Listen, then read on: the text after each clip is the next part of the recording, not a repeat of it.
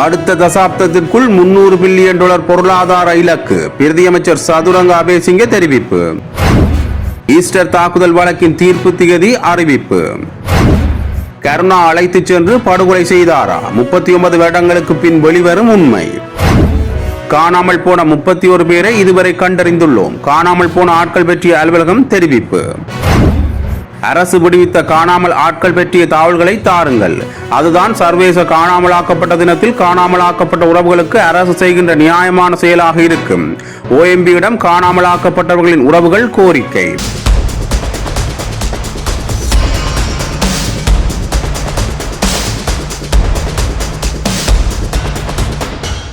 அடுத்த தசாப்தத்துக்குள் இலங்கையை $300 பில்லியன் அமெரிக்க மதிப்பிலான பொருளாதார மையமாக உயர்த்தும் லட்சிய இலக்குடன் அரசாங்கம் செயல்பட்டு வருகின்றது என கைத்தொழில் மற்றும் தொழில் முனைவோர் அபிவிருத்தி பிரதியமைச்சர் சதுரங்க அபேசிங்க தெரிவித்துள்ளார். கொழும்பில் நேற்று நடைபெற்ற நிகழ்வொன்றின் பின்னர் ஊடகங்களுக்கு கருத்தெரிவிக்கையிலேயே அவர் இவ்வாறு தெரிவித்துள்ளார். இதன்போது அவர் மேலும் தெரிவிக்கையில், பாரம்பரிய கல்வி முறைகள் மனிதர்களின் கற்பனை திறனையும் சுய சிந்தனையையும் முடக்கியுள்ள நிலையில் தற்போதைய நவீன உலகம் சிக்கல்களுக்கு தீர்வு காணும் புதிய கல்வி மறுசீரமைப்பை எதிர்நோக்கியுள்ளது. முறையான கல்வி இல்லாத காலகட்டங்களிலேயே அறிவியல் மற்றும் தொழில்நுட்ப மாபெரும் கண்டுபிடிப்புகள் உருவாக்கப்பட்டன. எனவே தற்போதைய கல்வி முறைமையானது குழந்தைகள் புதிய விஷயங்களை ஆராயவும் இரக்க உணர்வுடன் சிக்கல்களுக்கு தீர்வு காணவும் வழிவகுக்கும் வகையில் மாற்றியமைக்கப்பட்டு வருகின்றது என குறிப்பிட்டுள்ளார். மேலும் செயற்கை நுண்ணறிவு தொழில்நுட்பம் மனிதர்களின் பணிச்சுமையை குறைக்கும் வகையில் பயன்படுத்தப்பட வேண்டும் என்பதை வலியுறுத்திய அவர், 19ஆம் நூற்றாண்டில் போராடி பெற்ற 8 மணி நேர வேலை திட்டம் இத்தனை தொழில்நுட்ப வளர்ச்சிக்கு பிறகும் தொடர்வது நியாயமற்றது எனவும் அவர் தெரிவித்துள்ளார். உயிர்த்த ஞாயிறு பயங்கரவாத தாக்குதல் தொடர்பிலான வழக்கு விசாரணையின் தீர்ப்பு எதிர்வரும் செப்டம்பர் மாதம் 22ஆம் தேதி வழங்கப்பட உள்ளது. உயிர்த்த ஞாயிறு தற்கொலை தாக்குதலுக்கான சதித்திட்டம் தீட்டியமை மற்றும் அத்தாக்குதலுக்கு உதவி ஒத்தாசை புரிந்தமை தொடர்பில் 25 பிரதிவாதிகளுக்கு எதிராக தொடரப்பட்ட வழக்கு விசாரணை செய்யப்பட்டது. இந்த வழக்கின் தீர்ப்பு செப்டம்பர் 22ஆம் தேதி அறிவிக்கப்படும் என கொழும்பு நிரந்தர மூவர் கொண்ட மேல் நீதிமன்ற நீதியரசர்கள் குழாம் தீர்மானித்துள்ளது. உயிர்த்த ஞாயிறு பயங்கரவாத தாக்குதல் தொடர்பான வழக்கின் தீர்ப்பு எதிர்வரும் செப்டம்பர் மாதம் 22ஆம் தேதி அறிவிக்கப்படும் என கொழும்பு சிறப்பு மூவர் கொண்ட மேல் நீதிமன்றம் நேற்று உத்தரவிட்டது. உயிர்த்த ஞாயிறு வழக்கின் பிரதிவாதிகள் தரப்பு வாய்மொழி சமர்ப்பணங்கள் நேற்று மாலை 6 மணியளவில் நிறைவடைந்த நிலையில் இரு தரப்பினரின் எழுத்துப்பூர்வ சமர்ப்பணங்களை எதிர்வரும் செப்டம்பர் மாதம் 8ஆம் தேதி சமர்ப்பிக்குமாறு நீதிமன்றம் இதன்போது உத்தரவிட்டது. கொழும்பு சிறப்பு மூவர் கொண்ட மேல் நீதிமன்ற நீதியரசர்களான ரமரத்தின மாரசிங்க, சுஜீவ நிசங்க மற்றும் ராம்நாதன் கண்ணன் ஆகிய நீதியரசர்கள் முன்னிலையில் இந்த வழக்கு விசாரணை எடுத்துக் கொள்ளப்பட்ட போதே இத்தகவல் வெளியானது. இவ்வழக்கின் முறைப்பாட்டாளர் தரப்பு சாட்சிய பதிவுகள் கடந்த 13ஆம் தேதி பிற்பகலுடன் நிறைவடைந்தன. உயிர்த்த ஞாயிறு பயங்கரவாத தாக்குதலுக்கு சதித்திட்டம் தீட்டியமை உள்ளிட்ட 23,270 குற்றச்சாட்டுகள் 25 பிரதிவாதிகளுக்கு எதிராக சட்டமா அதிபரினால் சுமத்தப்பட்டிருந்தன. இவ்வழக்கில் பிரதிவாதிகளின் 10 வாக்குமூலங்களை நீதிமன்றம் சாட்சிகளாக ஏற்றுக்கொண்டதோடு மறைத்து வைக்கப்பட்டிருந்த குண்டுகள், வெடிபொருட்கள், வாள்கள், துப்பாக்கிகள் மற்றும் வெடிமருந்து தயாரிக்க பயன்படுத்தும் ரசாயன பொருட்கள் உட்பட 2076 வழக்கு பொருட்கள் விசாரணையின் போது அடையாளப்படுத்தப்பட்டுள்ளதாக நீதிமன்றத்தில் தெரிய வந்துள்ளது.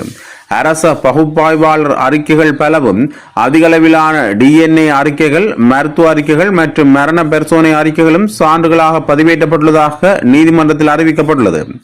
நவ்பர் மௌலவி உள்ளிட்ட 25 பிரதிவாதிகளுக்கு எதிராகவே சட்டமா அதிபரால் உயிர்த்த ஞாயிறு பயங்கரவாத தாக்குதல் தொடர்பான 23,270 குற்றச்சாட்டுகள் தாக்கல் செய்யப்பட்டுள்ளன. இவ்வாறு குற்றம் சுமத்தப்பட்ட 25 பிரதிவாதிகளில் ஒருவர் ஏற்கனவே உயிரிழந்து விட்டதாக நீதிமன்றத்தில் அறிவிக்கப்பட்டுள்ளமை குறிப்பிடத்தக்கது. கடந்த 2019 ஏப்ரல் மாதம் 21ஆம் தேதி இடம்பெற்ற இந்த தொடர் தற்கொலை தாக்குதல் சம்பவத்தில் உள்நாட்டு மற்றும் வெளிநாடுகளைச் சேர்ந்த 270க்கும் மேற்பட்டவர்கள் கொல்லப்பட்டதுடன் 500க்கும் மேற்பட்டவர்கள் காயமடைந்தனர் என்பது குறிப்பிடத்தக்கது. இலங்கையில் இந்திய ராணுவத்தினருக்கு எதிராக செயல்பட்டு வந்த ஹொட்டமைப்பில் முக்கிய பொறுப்பில் இருந்த சுபாஷ் கருணாவின் பணிப்புரையின் பேரில் படுகொலை செய்யப்பட்டதாகவும் இந்த சம்பவத்தின் பின்னணியில் பல்வேறு முக்கிய காரணிகள் இருப்பதாகவும் தெரிய வந்துள்ளது. விடுதலை புலிகள் அமைப்பில் மட்டக்களப்பு பிரதேசத்துக்கு தலைமை தாங்கிய கருணாவை துப்பாக்கியால் சுட்டுக்கொலை செய்யுமாறு சுபாஷ் தனது உறுப்பினர்களுக்கு கட்டளை பிறப்பித்ததாக கூறப்படுகின்றது. எனினும் அந்த தாக்குதலை அவர்கள் மேற்கொள்ளவில்லை. இதற்கு பழிவாங்கும் வகையில் கிரான் சந்தையில் வைத்து புலிகள் அமைப்பின் உறுப்பினர்களால் சுபாஷ் படுகொலை செய்யப்பட்டதாக கொல்லப்பட்டதாகவும் அவருடன் ஹொட் அமைப்பின் முக்கியஸ்தர் ஒருவரும் கொல்லப்பட்டதாகவும் செய்திகள் வெளியாகியுள்ளன. இவ்வாறு கருணா, சுபாஷ் ஆகியோர் அக்காலகட்டத்தில் எவ்வாறான சம்பவங்களின் பின்னணியில் செயல்பட்டனர் என்பது தொடர்பாக சமூக வலைத்தள பதிவு ஒன்றில் அரசியல் ஆய்வு ஒன்று மேற்கொள்ளப்பட்டுள்ளமை குறிப்பிடத்தக்கது. காணாமல் போன ஆட்கள் பற்றி அலுவலகத்துக்கு கிடைக்கப்பெற்ற முறைப்பாட்டின் பிரகாரம் 31 பேரை தாம் இதுவரையில் கண்டறிந்துள்ளதாகவும் 5540 பேருக்கு இடைக்கால நிவாரணம் வழங்கியுள்ளதாகவும் காணாமல் போன ஆட்கள் பற்றி அலுவலகத்தின் தலைவர் மகேஷ் கட்லந்த தெரிவித்துள்ளார்.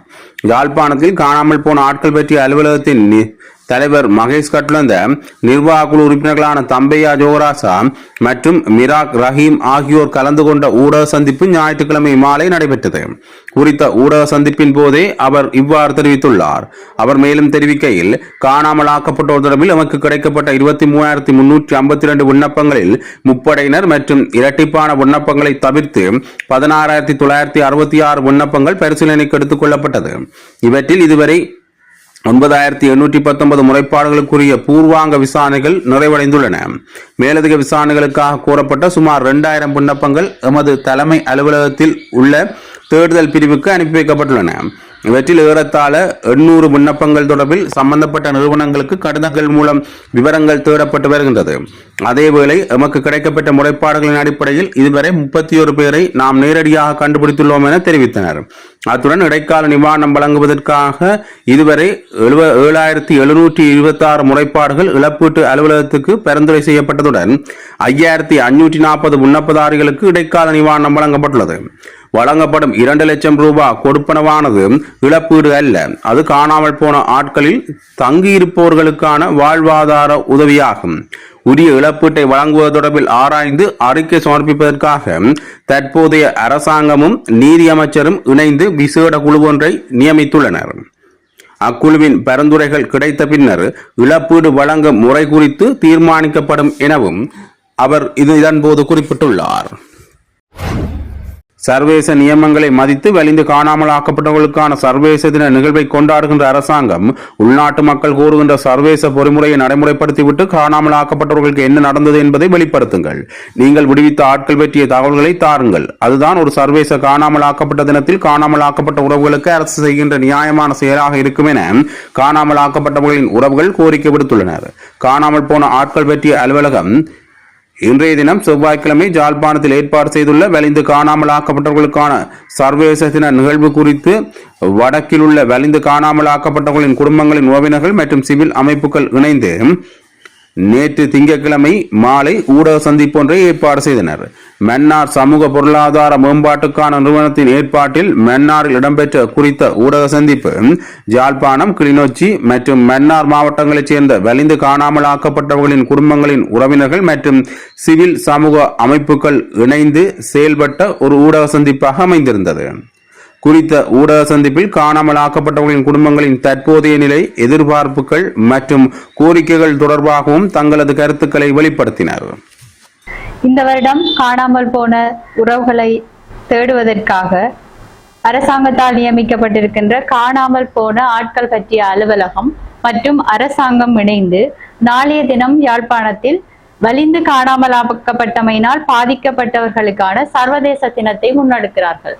ஒரு நாட்டில் சர்வதேச நெறிமுறைகளை நாங்கள் பின்பற்ற மாட்டோம் என்கின்ற ஒரு அரசாங்கம் சர்வதேச வலிந்து காணாமல் போனோர் தினத்தையே நடத்துகிறார்கள். அவர்களின் சட்டத்திட்டங்கள், நடைமுறைகள் எமது நாட்டிற்கு தேவைப்படாது. ஆனால் நாங்கள் வலிந்து காணாமலாக்கப்பட்டமையான சர்வதேச தினத்தை நாங்கள் OMP மற்றும் அரசாங்கம் இணைத்து கொண்டாடுவது சர்வதேசத்திற்கு நாங்கள் உள்நாட்டிலே தீர்வு பெற்றுக் கொடுத்து விட்டோம், இங்கே வலிந்து காணாமலாக்கப்பட்ட பிரச்சனைகள் எதுவும் இல்லை, எல்லாம் தீர்க்கப்பட்டு விட்டது என்றதை அவர்கள் சம்பிரதாய பூர்வமாக கொண்டாடுவதற்கு இந்த நிகழ்வை ஏற்பாடு செய்திருக்கிறார்கள். இந்த நிகழ்வை கொண்டாடுவதற்கு இவர்கள் என்ன செய்திருக்கணும்? இந்த காணாமலாக்கப்பட்ட உறவுகளை ஒவ்வொரு வருடத்திலாவது குறிப்பிட்ட தொகையில விடுவித்திருக்கணும். அந்த அவர்களை வெளிப்படுத்தி ஒவ்வொரு மாவட்டத்திலிருந்தும் அதற்காக போராடி கொண்டிருக்கின்ற அம்மாமார்களுக்கு அவர்கள் பிள்ளைகளை நீங்க திரும்ப கொடுத்திருக்கணும். ஆனா அதே எதுவுமே செய்யாம கண் துடைப்புக்காக இந்த இந்த நிகழ்வை நீங்கள் அனுஷ்டிக்கிறீங்கள் ஓஎம்பி. இந்த ஓஎம்பி என்றது ஒரு எங்கட மக்களிடையே, எங்கட காணாமல் ஆக்கப்பட்ட உறவுகளை தேடுகிற உறவுகளுக்கு இடையிலே ஒரு தோல்வி அடைந்த ஒரு நெறிமுறையாகத்தான் அவர்கள் இங்கே சொல்லிக் கொண்டிருக்கிறார்கள். நீங்கள் வலிந்து ஒவ்வொரு மாவட்டத்திலையும் அந்த ஒரு அமைப்பை கொண்டு வந்து நட்டஈடு கொடுக்கிறோம் என்ற ஒரு குறிப்பிட்ட தொகையை அவர்களுக்கு கொடுத்து பிரச்சனையை நீங்க முடிக்க பாக்குறீங்க. எங்கட உறவுகள் கேட்கறது அந்த நஷ்ட ஈடு அல்ல. எங்கள் பிள்ளைகளை நீங்கள் எங்களிடம் ஒப்படையுங்கள், அல்லாவிட்டால் அவர்களை நாங்கள் கடத்தி காணாமலாக்கி படுகொலை செய்து விட்டோம் என்றதை நீங்க சர்வதேசத்திட என்ன சொல்றது, சர்வதேசத்திட நீங்க ஒத்துக்கொள்ளுங்க. அதை ஒத்துக்கொள்ளாம பிரச்சனையை மூடி மறைக்க பாக்குறதுக்கான இப்படியான ஒரு கண்மூடி, அதாவது இந்த பிரச்சனைகளை இல்லைன்றது காட்டுறதுக்காக ஒரு ஃபோர்மலான ஒரு விஷயத்தை ஏற்படுத்துறத நாங்கள் இங்க எப்பயுமே இந்த காணாம போன சமூகம், அதாவது காணாமல் போன உறவுகள்ன்ற குடும்பத்துல இருக்கிற ஒரு ஆக்கள் என்ற சார்பில் நாங்கள் அதை நிராகரிக்கிறோம்.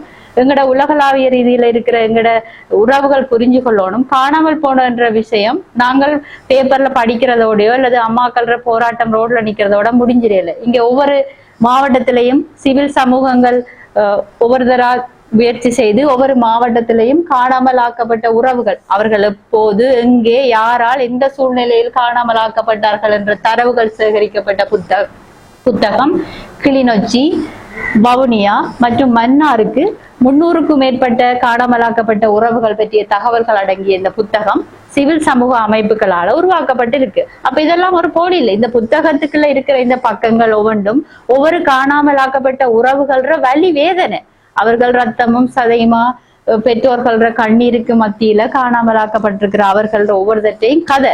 இது இங்க இருக்கத்தக்கன நீங்க நஷ்ட ஈடு கொடுக்குறீங்க, நீங்கள் சர்வதேச வலிந்து காணாமலாக்கப்பட்ட தினத்தை கொண்டாடுறீங்க. எங்களுக்கு தினங்களும் வேண்டாம், நஷ்ட ஈடும் வேண்டாம். எங்களுக்கு எங்கட பிள்ளைகள் எங்கட உறவுகளுக்கு நீங்க என்ன செய்த நீங்கன்றதுக்கான பதில் எங்களுக்கு வேணும். சர்வதேச தினத்தை நீங்க அனுஷ்டிக்கிறதா இருந்தால் நாங்கள் கோருகின்ற வெளிநாட்டு பொறிமுறையும் அதற்கான தனியான ஒரு நீதிமன்றமும் சர்வதேச கண்காணிப்புடன் கூடிய நடவடிக்கையை நாங்கள் கோருறோம். அப்படி ஒரு கோர்ற நாங்கள் இந்த தினங்களையோ எங்கட அம்மாமார்களை கூப்பிட்டு வச்சு கண்துடைப்புக்காக நீங்க செய்யற விஷயங்களையோ நாங்கள் ஒரு நாளும் சம்மதிக்கல. சர்வதேச நியமங்களை மதிச்சு அந்த நிகழ்வை கொண்டாடுற அரசாங்கம் உள்நாட்டு மக்கள் கோருகின்ற சர்வதேச பொறிமுறையை நீங்க நடைமுறைப்படுத்திட்டு நீங்கள் காணாமலாக்கப்பட்டவர்களுக்கு என்ன நடந்ததுன்றதை வெளிப்படுத்துங்க. நீங்க விடுவிச்ச ஆக்கள் பற்றிய தகவல்களை தாருங்க. அதுதான் ஒரு சர்வதேச காணாமலாக்கப்பட்ட தினத்துல காணாமலாக்கப்பட்ட உறவுகளுக்கு நீங்க செய்யற நியாயமான செயலா இருக்கும்ன்றதை நாங்கள் உங்களுக்கு தெரிவித்துக் கொள்கிறோம். நன்றி. வணக்கம். நான் மன்னார் மாவட்டம் வலிந்து காணாமலாக்கப்பட்ட உறவுகளின் சங்க தலைவி மணிமல் உதயச்சந்திரா. இன்றைக்கு நாங்கள் மீடியா செய்யறதுக்கு காரணம் என்னென்னா, இந்த ஓஎம்பியை கொண்டு வரையிலேயே 2017 நாங்கள் வேணாம்னு சொன்ன நாங்கள் என்னென்னா, பாதிக்கப்பட்ட உறவுகளாகிய நாங்கள் இந்த ஓஎம்பியில எங்களுக்கு நம்பிக்கை இல்லை. ஏன்னா எத்தனையோ அமைப்புகளை நாங்கள் சந்திச்ச நாங்கள் இந்த அரசாங்கத்தாலே எத்தனையோ ஆணைக்குழுக்களை சந்திச்ச நாங்கள். அதனால எங்களுக்கு இந்த ஓஎம்பியில நம்பிக்கை இல்லைன்னு சொல்லி நாங்கள் இந்த ஓஎம்பி வேண்டாம்னு சொல்லி நின்ற நாங்கள். அப்படி நின்றும் சாலிய பீலிசிட்ட கொண்டு எங்களோட 5 உறவுகளிடம் பொறுப்பான உறவுகளின் மாஜரெல்லாம் கொண்டு போய் கொடுத்த நாங்கள். எங்களுக்கு ஒரு இதுக்கு தேடிய ஒரு சாங்கன்னு சொல்லி அவ கொடுத்து 6 மாசம் தவணை எங்கள்கிட்ட கேட்டவே நாங்கள் இந்த 6 மாசத்துக்கு இடையில உங்களுக்கு ஒரு 10 நாங்கள் செல்வோம். 6 மாசம் முடிஞ்சு நாங்கள் போய் திருப்பி கேட்கிறோம். கேட்கல அதைய சொல்லி நம்ம நினைச்சோன்னா நாங்கள் துளைச்சி போட்டோம். நாங்கள் பிள்ளைகளை துளைச்சி போட்டு உங்கள்கிட்ட எங்களுக்கு நீதியை பெற்று தாங்கன்னு சொல்லி நாங்கள் கேட்கிறோம். நாங்கள் வந்த கருதங்களை நீங்க துளைச்சி போட்டு திருப்பி எங்கள்கிட்ட கேட்குறீங்க, களவெடுத்து தாங்க, அந்த அம்மாவுக்கு தெரியாம எடுத்துட்டாங்க அப்படின்னு நீங்கள் கேட்குறீங்க. இதை யார்கிட்ட போய் சொல்றது? இப்ப மகாநாடுன்னு சொல்லி நீங்கள் அங்க யாழ்ப்பாணம் மகாநாடு செய்கிறீங்க. இந்த மகாநாடு யாருக்கு செய்கிறீங்க? காணாமலாக்கப்பட்ட உறவுகளுக்கு மகாநாடு தேவையா? இந்த மகாநாடு தேவை என்று சரியா நீங்கள் அங்க கொண்டு போய் யாழ்ப்பாணம் மகாநாடு செய்கிறீங்க.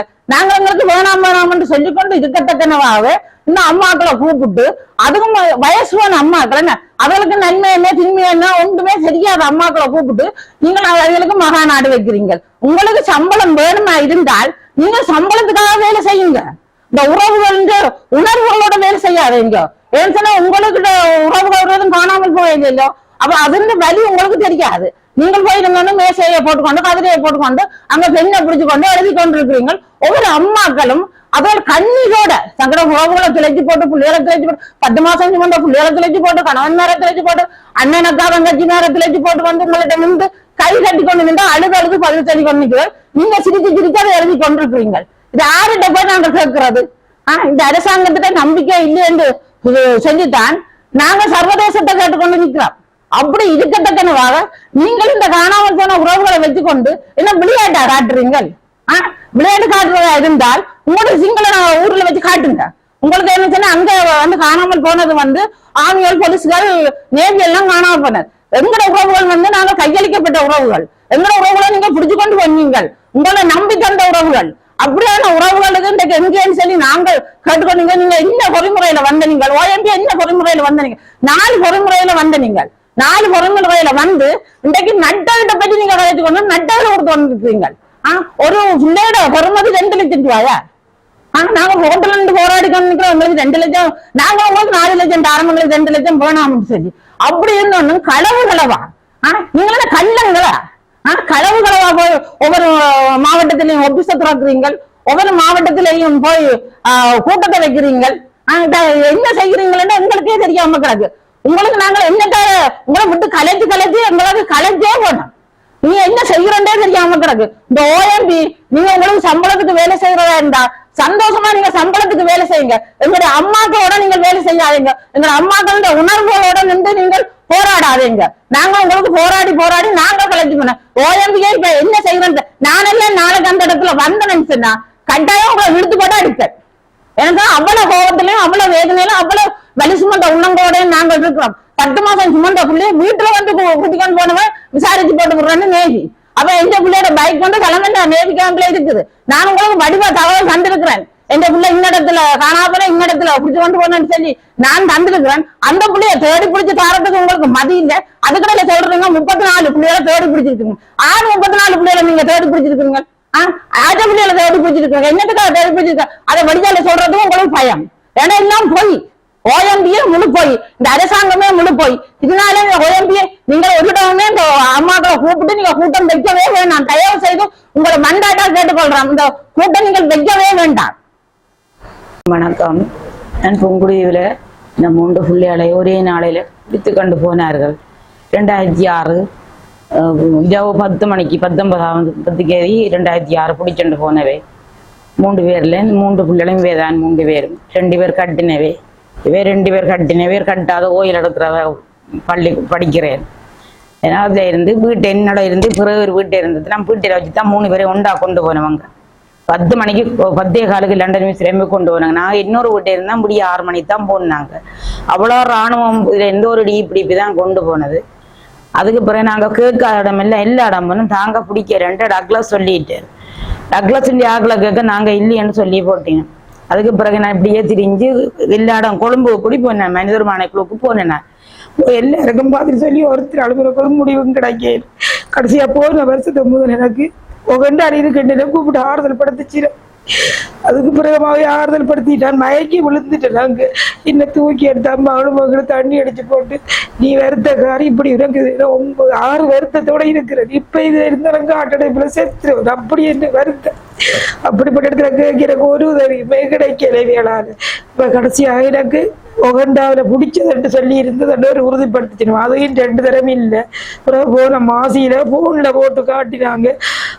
விலங்குற வாயில துண்டு அவட்டி போட்டு புள்ளைகளை போட்டதாக காட்டினாங்க. 3 மாணவரை தான் காட்டின மாதிரி காட்டினாங்க. அதோட எனக்கு என்ன செய்யறது கேட்காடு மட்டக்கிழப்பு பிடிப்பேன். இப்படித்தான் என்னால கதைக்க முடியாது. மட்டக்கிழப்பு நான் தனியத்தான் புருஷன் 2014 மோசம் போன தனியத்தான் இந்த வாழ்க்கை. எனக்கு ஒரு உதவியும் இல்லை. ஒரு மகன் என்ன பாக்குற இல்லை. இப்படி செய்து போட்டாவே இருக்கணும் எங்கட மாத்திக்கண்டு இருந்தா எங்கட வாழ்க்கை என்னென்ன பிள்ளைகள முடிவு எனக்கு யாரு சொல்றது. நடுக இப்படியே சொல்லுவேன் இருக்குதம்மா போறங்க சொல்றேன். இப்ப எங்களுக்கு இருக்குதுன்னு சொல்லிட்டோமா இல்லைன்னு சொல்லிட்டோமா உண்டு. ஒரு 2 ஆம்பளை பிள்ளைக்கு ஒரு தடவைக்கு இப்ப ஓயல் படிச்சுட்டு இருக்கிறான். தாயோடு இருக்கிறான். மற்றவன் இந்தியாவில அவன் ஒரு வயசுல இப்படிப்பட்டது. அவன் வேற மறுமணம் கல்யாணம் செய்து அவ கொண்டு இந்தியாவில வச்சிருக்கிறான்.